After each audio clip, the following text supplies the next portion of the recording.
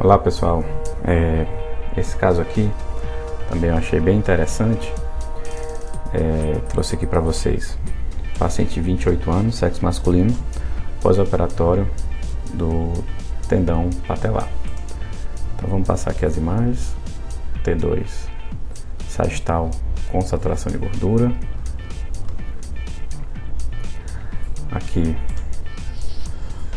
um DP sem saturação, coronal T2 com saturação e o axial com saturação. Então pessoal, só trouxe esse caso para discutir um pouco o aspecto pós-operatório de tendão, tá? Então é o seguinte, ele tinha uma lesão aqui do tendão patelar, uma tendinose bem avançada, e foi feita a cirurgia. Veja que ele tem uma patela alta, um tendão, né, bastante espessado e heterogêneo, principalmente aqui nos seus 2/3 proximais, né, e sua origem, com algumas pequenas delaminações aqui.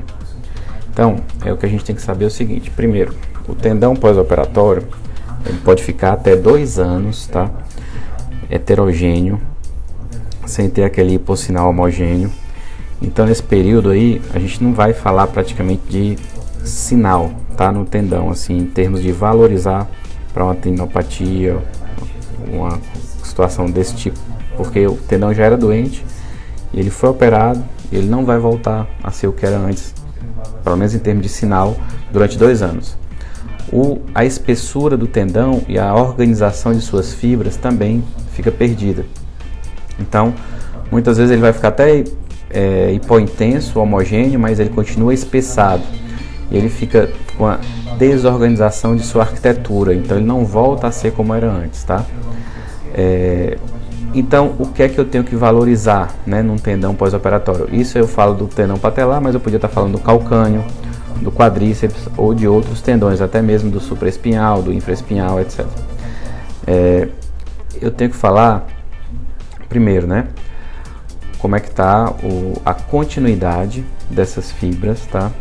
Se existe áreas de descontinuidades realmente bem evidentes no estudo, se é uma descontinuidade parcial, se ela é completa, mais ou menos o percentual de fibras que acomete, tá? Se há uma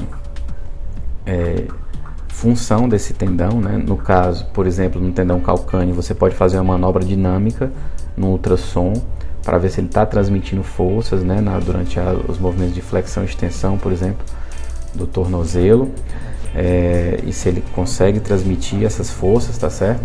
Mas o padrão de espessura, organização de fibras e intensidade de sinal a gente já não pode mais utilizar como antes, tá ok?